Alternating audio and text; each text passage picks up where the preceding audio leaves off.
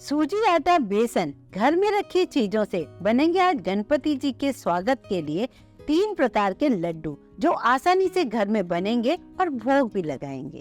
तो पहली रेसिपी शुरू करते हैं सूजी के लड्डू, वो भी सिर्फ 2 चम्मच घी में। यहाँ मैंने क्या किया है, करीब 600 ml दूध ले लिया है और दूध को मैंने गैस पर रख दिया है और उससे थोड़ा उबाल लेंगे। अगर केसर है तो थोड़ी सी केसर इसमें ऐड कर दीजिए, जिससे क्या होगा, उबल उबल के केसर का फ्लेवर भी आ जाएगा। और यहाँ मैंने लिए सूजी, 1 कप मैंने सूजी लिए। कोई भी आप कटोरी से नाप ले लीजिए, उसी कटोरी से 2-2.5 कप दूध ले लीजिए और उसी कटोरी से आप सूजी लीजिए। यहाँ मेरे पास फाइन वाली सूजी है, जो हलवे वाली, तो मैंने वही लिया। अगर आपके पास मोटी है तो थोड़ा ग्राइंड कर लीजिए। अब सूजी को हम भून लेते हैं बिना घी के। इसे कम से कम 5-7 मिनट लगेंगे। थोड़ा जब तक कलर ना चेंज हो तब तक आपको इस सूजी को भूनना होगा, क्योंकि हम इसमें कोई चाशनी नहीं डालेंगे, मिल्क पाउडर नहीं डालेंगे, मावा नहीं डालेंगे और ना ही कोई चाशनी बनाने वाले हैं। तो ऐसा सब नहीं करेंगे, तो बस यही काम है कि हमें सूजी को परफेक्ट भूनना है। ये देखिए, पहले सूजी कैसे थी ना, अब थोड़ा कलर चेंज हो गया है और बढ़िया सी भुन भी गई है।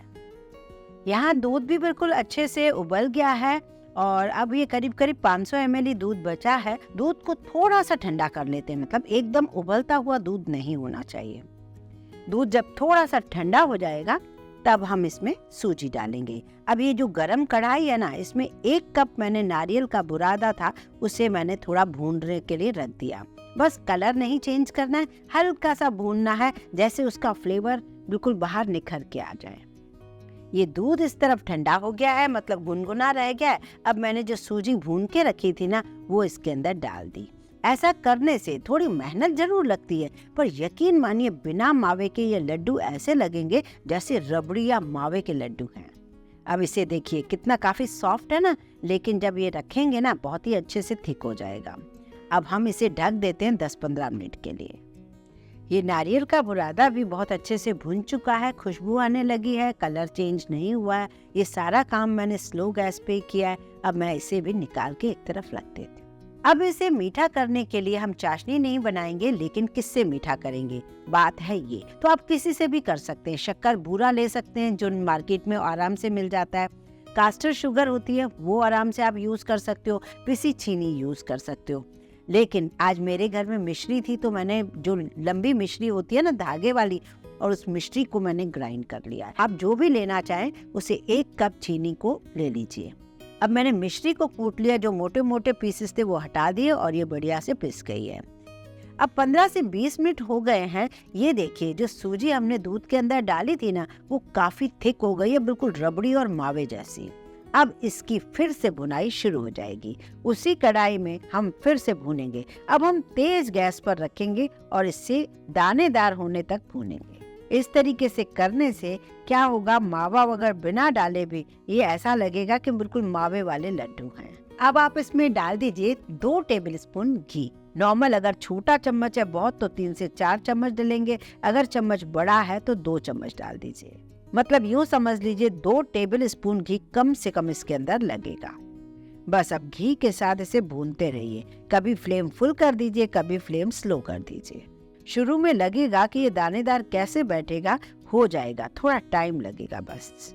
अब देखिए, इसका जैसे ही दूध पूरा सूखता चला जा रहा है, ये फटाफट से दानेदार बनता चला जाएगा। बस चलाते रहना है फुल गैस पे। अब देखा आपने, इसमें काफी चेंज आ गया। पहले कैसा था और अभी कैसा लग रहा है, तो इस बात का आप जरूर ध्यान रखें और इसमें कोई कसर भी ना छोड़ें, क्योंकि जब तक ये भुरभुरा नहीं होगा ना, ये दानेदार लड्डू नहीं बनेगा। लीजिए, अब भुरभुरा हो चुका है, कलर भी काफी चेंज हो गया है। एक परात में इसको डाल देते हैं। अब इसको डालने के बाद अब हमें क्या करना होगा, इस गरम गरम में एकदम से चीनी नहीं डालनी है। बाकी सारी चीजें डाल देते हैं 1 बाय 1।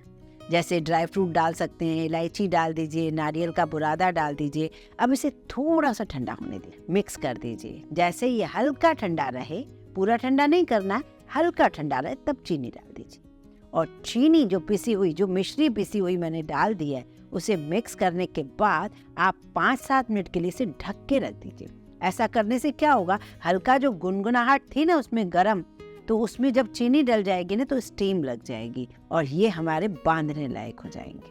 चलिए 5-7 मिनट बाद हम इसे देख लेते हैं। बिल्कुल बढ़िया हो गया है। वैसे ये बढ़िया से बंध पा रहा है, पर इन केस आपको ऐसा लगे कि लड्डू बांधने में थोड़ी सी दिक्कत आ रही है तो आप क्या कर सकते हैं, कुछ दूध के छींटे डाल सकते हैं या घी को थोड़ा गर्म करके डाल सकते हैं। ये सारी चॉइस आपकी है। वैसे आपके ये 2-2.5 चम्मच में बढ़िया लड्डू बन जाएंगे।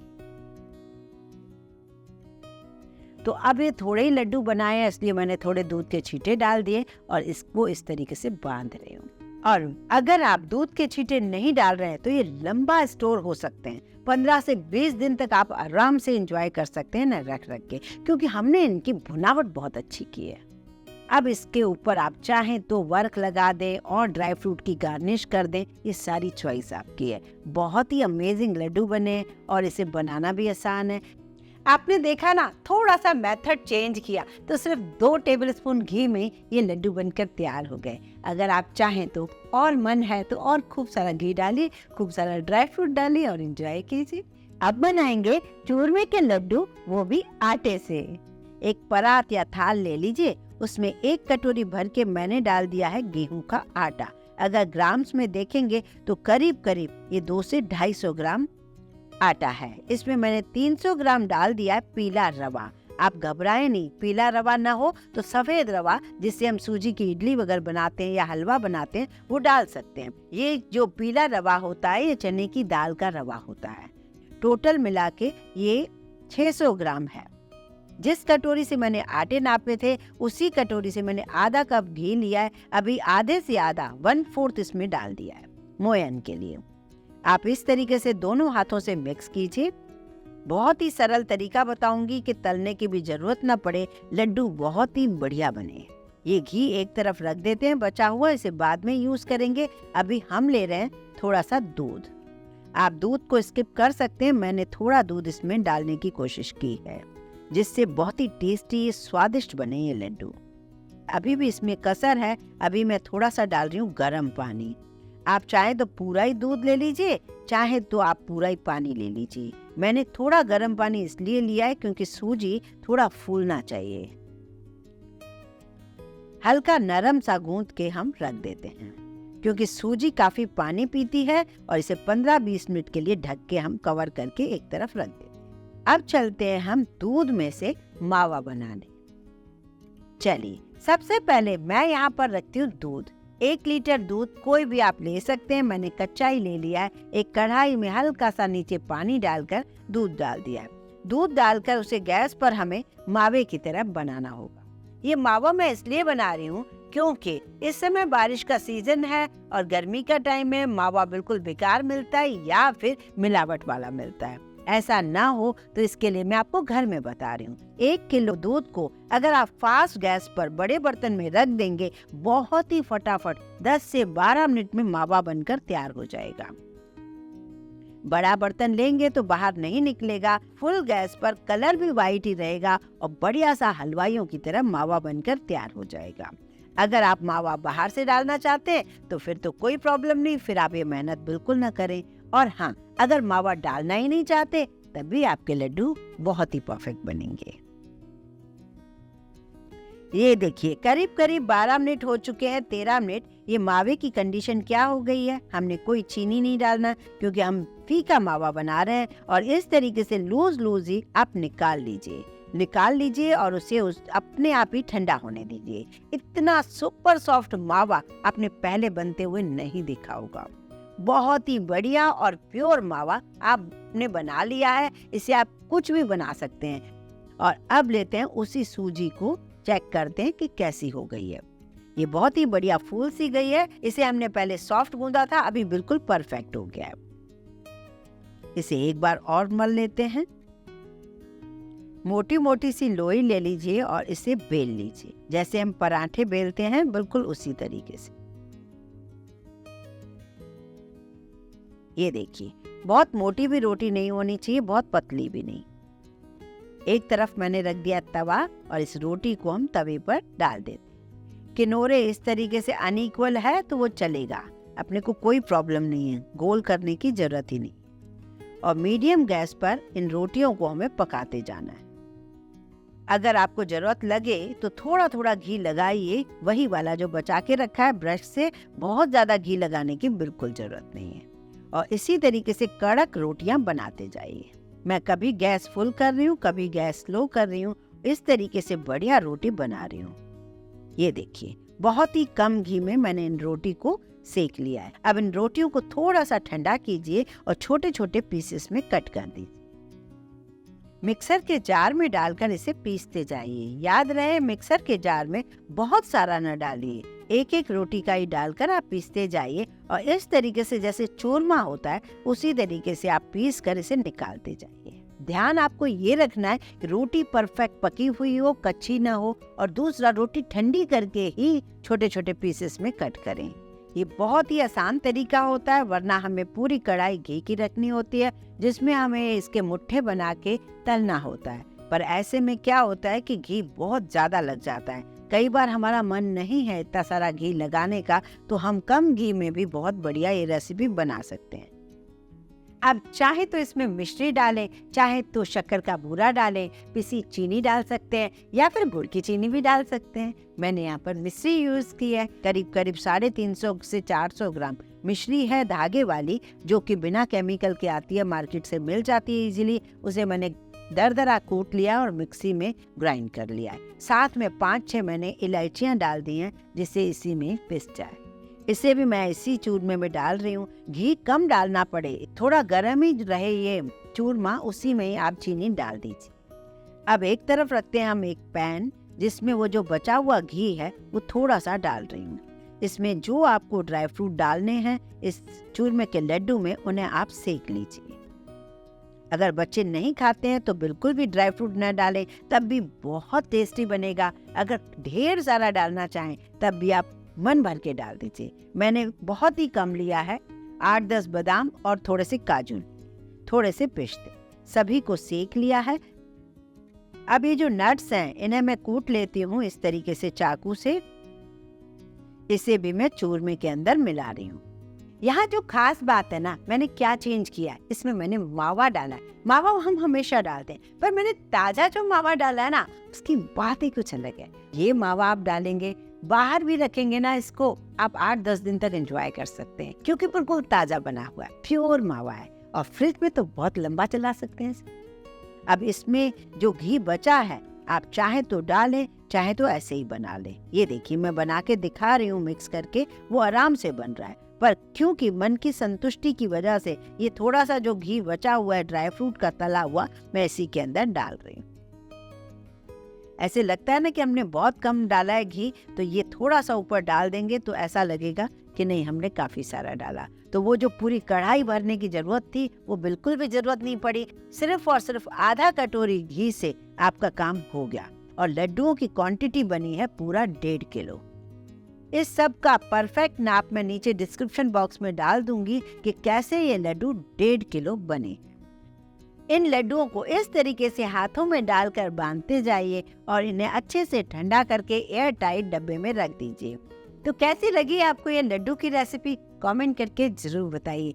ढेर सारे लड्डू सिर्फ आधा कटोरी घी से। बेसन के लड्डू बनाइए और बचपन को याद कीजिए। दानेदार बेसन का लड्डू कैसे बनाएं महीन बेसन से, देखिए इस ट्रिक को इस वीडियो के अंदर। अभी मैं ले रही हूँ चीनी के बूरा बनाने के लिए। ये 1 कप, ये है आधा कप, मतलब 1.5 कप। आधा कप पानी डालूंगी। नाप का खास ध्यान रखें। गैस की फ्लेम बिल्कुल स्लो रहेगी और कंटिन्यूअसली हमें चलाना होगा। हाथों से घोलना है, नजर बिल्कुल इसी पर रखनी है, क्योंकि ये 3-4 मिनट में बूरा बनकर तैयार हो जाता है। ये रेसिपी हर किचन में बन सकती है, हर त्योहार पे बन सकती है, लंबी चलती है और टेस्टी बहुत होती है। जैसे ही शक्कर घुल जाती है, आपको दिखेगा कि ऊपर से बबल्स आना शुरू हो जाते हैं। अभी जब बबल्स आना शुरू हो जाते हैं तो बहुत ही जल्दी ये बनने वाली होती है। धीरे धीरे देखते ही देखते आप देखेंगे कि व्हाइट होती जाएगी। लीजिए, देखते ही देखते ये बूरा बनकर तैयार हो गया। कुछ गुठलियां हैं, आप घबराएं नहीं, बाद में हम इन गुठलियों को मिक्सी में ग्राइंड कर सकते हैं या हम खलबत्ते से तोड़ सकते हैं। एक और बात, अभी मैंने यहाँ पर जो कढ़ाई ली है वो नॉन स्टिक है, तो मुझे घी डालने की जरूरत नहीं पड़ी। अगर आपकी लोहे की कढ़ाई है, एल्यूमिनियम की, स्टील की है, तो आधा चम्मच लास्ट में जब बूरा बनने वाला है घी डाल दीजिए। तब आपको कोई प्रॉब्लम नहीं है। लीजिए, बूरा बन गया है। कुछ गुठले थे उसे भी मैंने ग्राइंड कर लिया और इसे छान के एक सा करके रख देती हूँ। अब बारी आती है इस लड्डू में दूसरी ट्रिक की, जिससे वो दानेदार कैसे बने। उसके लिए हमें आगे क्या करना है, सबसे पहले नाप लेनी है। जैसे 1.5 कप चीनी थी तो हमें 3 कप बेसन चाहिए, वो भी छना हुआ। फाइन ले सकते हैं, कोई भी ले सकते हैं जो आपके घर में आता है। उसके बाद घी का नाप हमें 1 कप लेना है। अभी मैं 3/4 कप ही ले रही हूँ। एक कढ़ाई लेते हैं। कढ़ाई थोड़ी मोटे तले भूनते टाइम हमारा जो काम है बस स्लो गैस पे काम होना है। 1/4 कप घी मैं अलग से रख देती हूँ, जरूरत लगेगी तो हम यूज करेंगे। घी गर्म हो जाए तब आप ये पूरा बेसन डाल दीजिए। शुरू में इसे मिक्स करने में थोड़ी सी प्रॉब्लम आएगी। जैसे जैसे बेसन घुल मिल जाएगा ना घी के साथ, बहुत ही सरल तरीके से उसे हम भून सकते हैं। अब बारी आती है इस लड्डू में दूसरी ट्रिक की, जिससे वो दानेदार कैसे बने। कि नॉर्मली जो बेसन का लड्डू बनाने के लिए एक खास तरीके का बेसन होता है, वो मोटा होता है, लेकिन मोटा नहीं मिलता कई बार हमारे घर में, या हम सूजी नहीं मिलाना चाह रहे, तो ऐसे में महीन बेसन जो होता है उससे भी हम दानेदार कैसे बनाएं। इसलिए इस वीडियो को बिना स्किप किए आप लास्ट तक देखेंगे, सारी ट्रिक्स आपको समझ में आएंगी। जब हमने पहले बेसन कढ़ाई में डाला था तब काफी ड्राई लग रहा था, फिर जब 1/4 और डाल दिया तभी भी काफी ड्राई था। अभी आगे जाके वो बहुत ज्यादा सॉफ्ट होगा। अब बेसन पूरा अच्छे से भून चुका है। पूरी महक जो है ना बेसन की, ये खुशबू जो है ये किचन में बहुत अच्छे से आ रही है। और इसको अगर इस तरीके से ना हो तो 1 चम्मच घी यहाँ पर डाल सकते हो, पर अभी जरूरत नहीं। अब लास्ट जो है छोटा सा ट्रिक, जिसकी वजह से बेसन के लड्डू दानेदार बने, मोटे बेसन जैसे लगे, तो यहाँ पर थोड़े से पानी के छींटे मारने हैं। जिससे क्या होगा, इस बेसन का टेक्सचर में थोड़े दाने दाने आ जाएंगे, बस जिससे हमारे लड्डू बनेंगे दानेदार। शुरू में आप देख रहे थे ना, बेसन काफी ड्राई ड्राई भुन रहा था, धीरे धीरे उसके स्टेज बदलते गए और लास्ट में काफी सॉफ्ट हो गया। अब हमें गैस बंद करना होगा। जब हम गैस से उतारेंगे तब हम इसमें डालेंगे 1 चम्मच इलायची का पाउडर। वैसे तो इसमें कभी भी ड्राई फ्रूट नहीं डाला जाता, आप चाहें तो ड्राई फ्रूट भी इसमें डाल सकते हैं। बेसन जब 4-5 मिनट में हल्का ठंडा हो जाए तब आप ये बूरा डाल दीजिए। पूरा ठंडा ना होने दें, बस थोड़ा ठंडा होने दें। फिर ये बूरा डालकर मिक्स करें चारों तरफ अच्छे से। तब इसे लड्डू को आप बांधना शुरू करें। बांधने के लिए कोई भी नाप ले लीजिए, जितना बड़ा आपको लड्डू चाहिए उस हिसाब से आप एक ही नाप का मिश्रण लेते हुए दोनों हाथों से बांधते जाइए। आपने देखा ना, गोल गोल बिल्कुल एक ही नाप के ऊपर से शाइन आ रही है इस लड्डू के ऊपर। इसी तरीके से हाथों से गोल गोल बनाते जाइए और थाली या ट्रे में रखते जाइए। बहुत ही आराम से बनने वाले हैं, बहुत ही कम मेहनत के हैं, बस छोटी छोटी ट्रिक्स हैं जो आपको फॉलो करनी है। तो अब आप ये लड्डू परफेक्ट बना सकते हैं।